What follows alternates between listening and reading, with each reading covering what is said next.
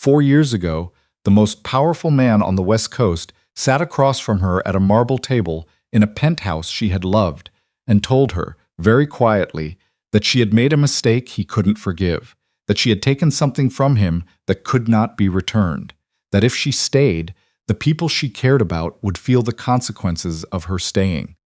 She had not done the thing he believed she had done. She knew that then, and she knows it now. But Caspian Rourke's certainty was the kind that didn't leave room for argument, and the woman she had been at 28 hadn't yet learned how to make herself heard inside that kind of silence. So she left. She took a bag, a bank account she'd been building quietly for 2 years out of pure instinct, and a name she borrowed from a college friend who was happy to rent it for the price of a favor never called in. She found Port Marin, Oregon, because it was the farthest she could get from New York without falling into the ocean. She built a life. She built a café. She didn't know she was building it for 2 people. Not yet. If you've ever walked away from someone who held your whole world in one hand and didn't even know it, stay with this. Stay until the end. The morning started the way every morning started in Port Marin. Gray and cold, and wearing its weather without apology. Selene was already 3 steps behind by the time she'd gotten Zara into her jacket, the yellow one with the broken toggle clasp she kept meaning to replace, and located the stuffed bear that Zara would not under any circumstances leave without, because they had an agreement about the bear. A formal agreement negotiated 6 months ago when Selene had made the mistake of suggesting it could stay home. "Mr. Button goes," Zara had said, with the absolute finality of someone who has reached a position through extended diplomatic effort and will not be moved from it. Mr. Button went. Zara was 3.5 and specific about things in a way that had startled Selene when it first emerged, and now just felt like weather. The girl lined up her crayons by color before she used them. She arranged her toast soldiers in parallel lines. She noticed when the chairs in the café had been moved and needed them returned to their exact positions before she was willing to sit down. Selene had spent the first 2 years attributing this to her own neurotic tendencies and had only recently, quietly, admitted to herself where it actually came from. She didn't think about that most mornings. She'd gotten good at the not thinking. 4 years of practice had made her an expert. They walked the 7 blocks to preschool the way they always did, Zara holding her hand and Mr. Button's ear simultaneously, narrating the differences she'd noticed since yesterday. The brown truck was gone. The bakery had a new sign. There was a dog she didn't recognize outside the hardware store, and she cataloged it with the thoroughness of someone personally responsible for the town's canine records. "His name is probably something like Walter," Zara said. "Probably," Selene agreed. She dropped Zara at 8:15, which gave her 40 minutes before she needed to be at Salt Line. Val would already be there, would have the espresso machine running, and the morning pastries arranged, would have solved at least 2 small disasters before Selene walked in and created a third. Val was like that. She'd come with the building, practically, retired schoolteacher, terrible at taking breaks, incapable of letting a customer sit more than 90 seconds without coffee. Port Marin ran at Val's pace. Selene had learned to match it. She was crossing Harbor Street on her way back when it happened. The way it happened was not dramatic. There was no slow motion, no cinematic courtesy of the world, pausing to let her absorb the incoming disaster. The fog was doing its regular thing off the water. The fishermen's boats were dragging back toward the dock. A woman with a double stroller was wrestling it over a curb lip 2 storefronts down. And Caspian Rourke was standing on the opposite side of the street. He was in a dark coat, no umbrella, hair damp from the coastal mist that passed for rain out here. He was looking at the preschool they had just come from, and then he wasn't looking at the preschool. He was looking at her. Selene's body made the decision before her brain finished the sentence it was composing. She turned left. She did not run, because running was panic, and panic was a signal, and she was not going to give him a signal on a public street in the town where she lived. She turned left, and she walked, and she did not look back, and she went to work. Val looked up when she came in, read something in her face, did not ask about it, which was exactly what Selene needed. She got through the morning rush on autopilot. She made lattes and poured drip coffee and had 6 conversations about the weekend forecast, which was what people in Port Marin talked about when they needed to talk about something manageable. At 10:30, she heard the bell above the door. She did not look up. She had her hands on the counter, and she kept them there. "You cut your hair," Caspian said. Selene set down the portafilter she'd been pretending to clean.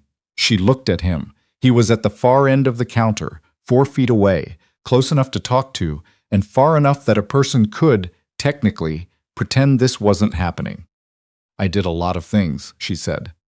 He looked the same, and he looked older. She understood suddenly that these two things were not contradictory. The same jaw, the same gray-green eyes, the same stillness that had always made her feel, foolishly, like time moved differently near him. More of something she didn't have a word for had settled into his face. The architecture of a man who had spent 4 years carrying something heavy and had stopped being surprised by its weight. "Oregon," he said. "Oregon," she agreed. He looked at the chalkboard menu, at the mismatched chairs, at the drawing pinned to the corkboard near the register. A picture Zara had made last Thursday of the two of them, stick figures on a wobbly horizon line that was supposed to be the ocean. He looked at it for a long moment. "The child," he said. "Her name is Zara." The sentence came out without Selene deciding to say it. She watched him absorb it, watched a sequence of things move through his face like a weather system, recognition, calculation, and then something underneath those two things that she hadn't let herself expect. "How old?" he said. "She'll be 4 in February." He was very still.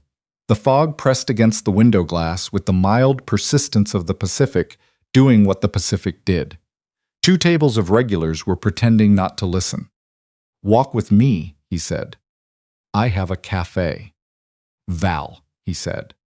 Selene looked at him sharply. "How do you know her name?" "I've been in town for 2 days." He held her gaze. "I know more than her name. I know what your lease costs. I know the preschool's address. I know you've been here for almost 4 years under a name that doesn't belong to you." A pause. "I'm asking you to walk with me instead of explaining what I know in here, in front of people who don't need to know it." Val appeared from the back with the unhurried efficiency of a woman who has overheard the last part of a conversation and made a judgment call. "Go," she said without looking at either of them. "I've got it." The waterfront path behind Saltline ran along the harbor wall for about a 1/4 mile before it ended at a bench facing the open water. Selene had sat there enough times that she'd stopped noticing the cold. She sat there now. Caspian sat beside her, not too close. The boats were returning. The gulls were loud and businesslike about the whole situation. "Why are you in Port Marin?" she asked. "Property dispute. One of my Northwest operations has a facility outside Astoria. The legal matter ran longer than expected." He said it evenly. "I don't have a secondary motive for being here. I came for work and I found." He stopped, started again. "I saw you on Harbor Street an hour ago. And you followed me. I walked into your café, which is a public business. A beat, yes." "She has your eyes," Selene said. She hadn't planned to say it. She'd planned to make him ask, to make him work for every answer, because 4 years was a long time to deserve the easy version of anything.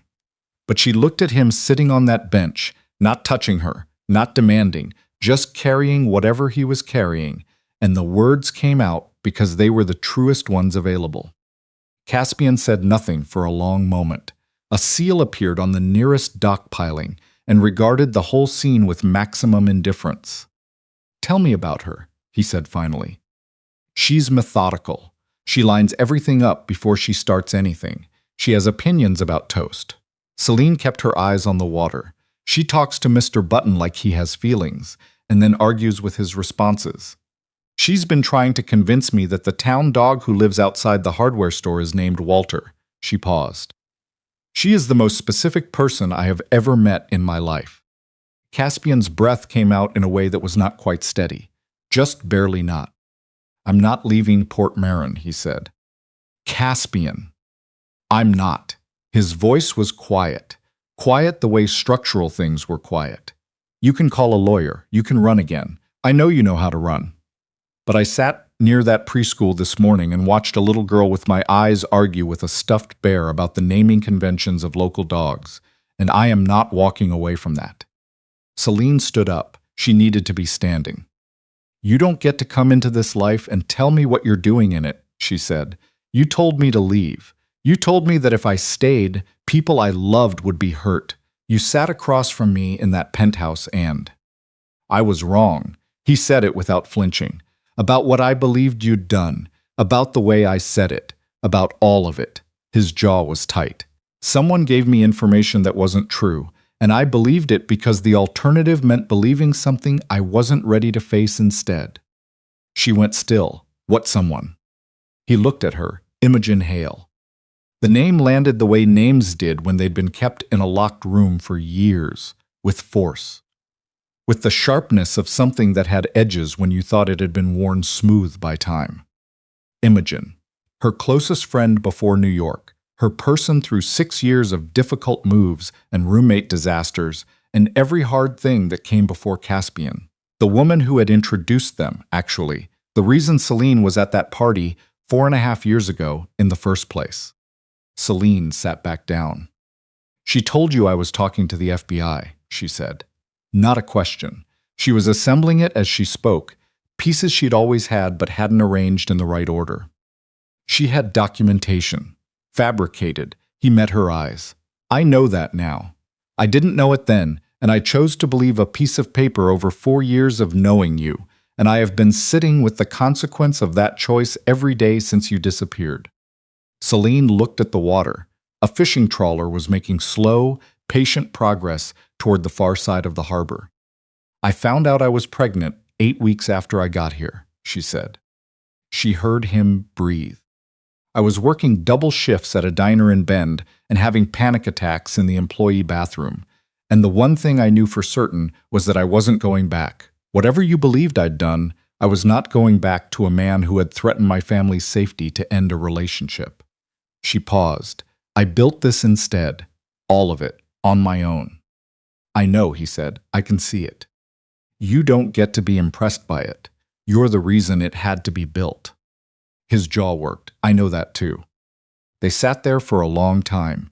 The fog was thinning by now, light coming through in the reluctant way Port Marin's weather sometimes permitted, as a favor, not a promise. I'm not fighting you on access, she said finally. I want to be clear about that. She deserves to know who her father is. She's been asking. A pause that cost her something real, not by name. She doesn't know enough to ask by name, but she asks. What does she ask? Selene looked at her hamly. Always me and her.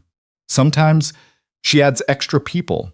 A neighbor, Val. The dog she's decided is named Walter. And sometimes she draws a question mark.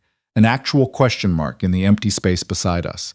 She looked up. She's 3. She invented that herself. Caspian said nothing. His throat moved. She went back to work. She got through the lunch service and the afternoon lull. She was restocking the pastry case when her phone rang. Val's number. Someone's here asking for you, Val said. Her voice was doing the thing it did when she was holding a situation with both hands. She says you know each other. Name? Imogen. Selene set down the pastry tongs. Tell her 5 minutes. Imogen Hale was sitting at the corner table, the one by the window, the good light table, the one the regulars competed for, wearing a camel coat that belonged in a Manhattan restaurant, not a harbor town, looking exactly like herself.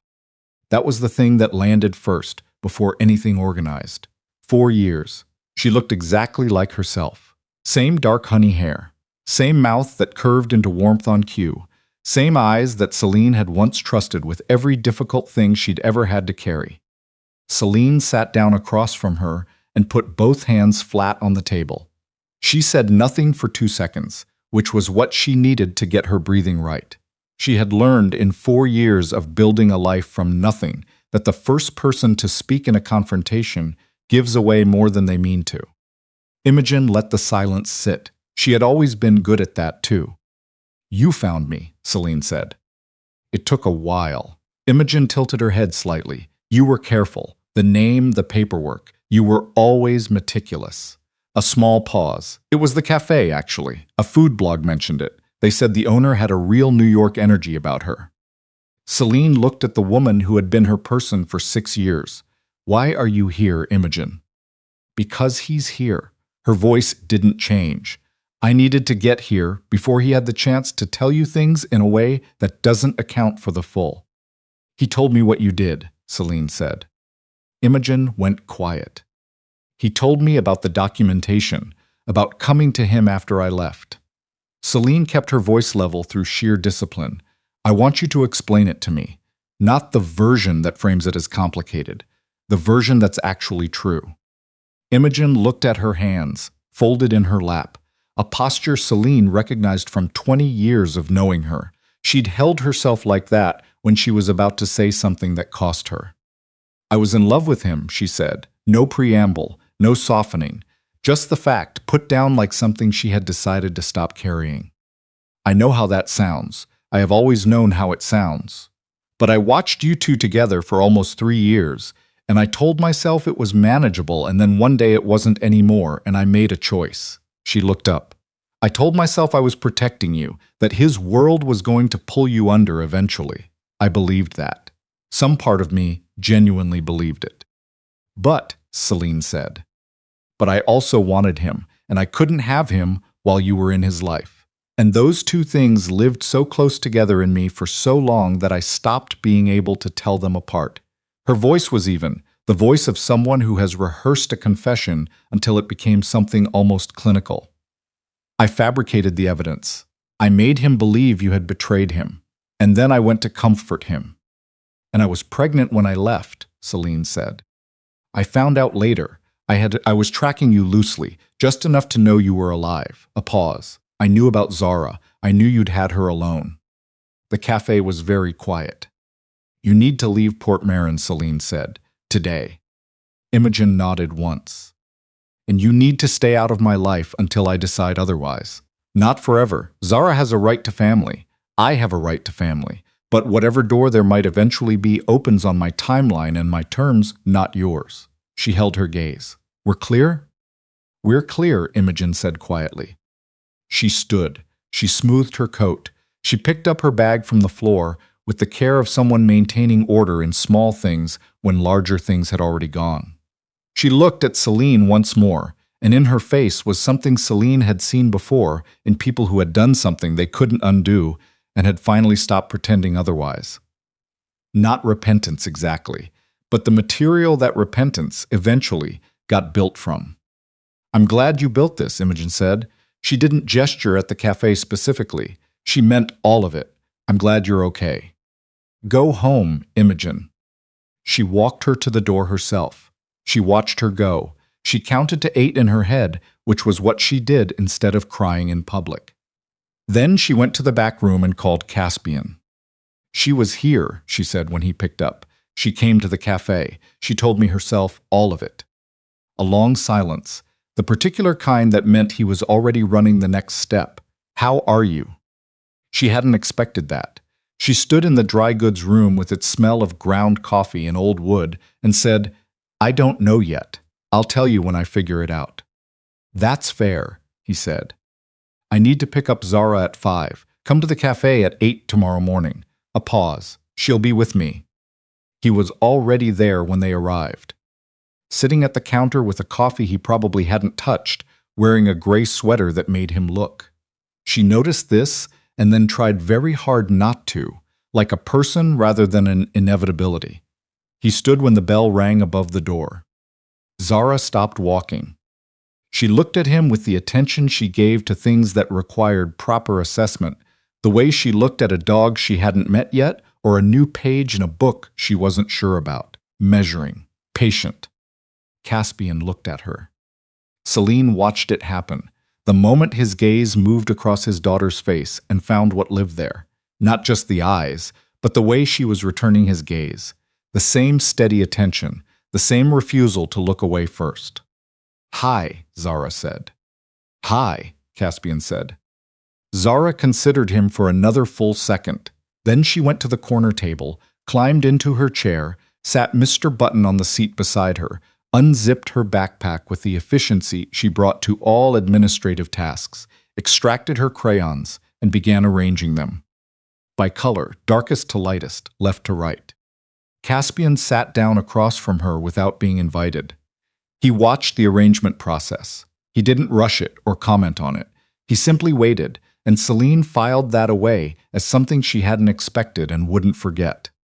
That one goes there, Zara said, redirecting the cadmium yellow that had ended up out of order. Like this? He moved it. Zara examined the result, nodded once, satisfied. What are those for? He asked. Drawing. She pulled a blank piece of paper from her backpack. I draw our house, and the ocean, and sometimes people. Who do you draw? She thought about it. Mama and Val and Walter. A pause, and sometimes a question mark.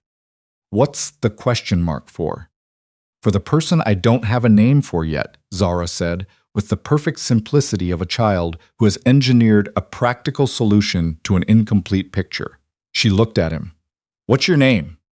Caspian looked at Selene. Selene gave him the smallest nod she had. Caspian, he said. Zara tested the word quietly to herself. That's a big name. It is. Some people call me Cass. She considered this the way she considered all things that required proper evaluation. Caspian is better, she said, with the finality of someone closing a matter that had been open too long. She uncapped her first crayon. You can sit here while I draw. He sat there while she drew. The months that followed were not clean. Selene had stopped expecting clean the way she'd stopped expecting the Port Marin weather to be rational. You prepared for it. You moved through it. You didn't take it personally when it refused to behave.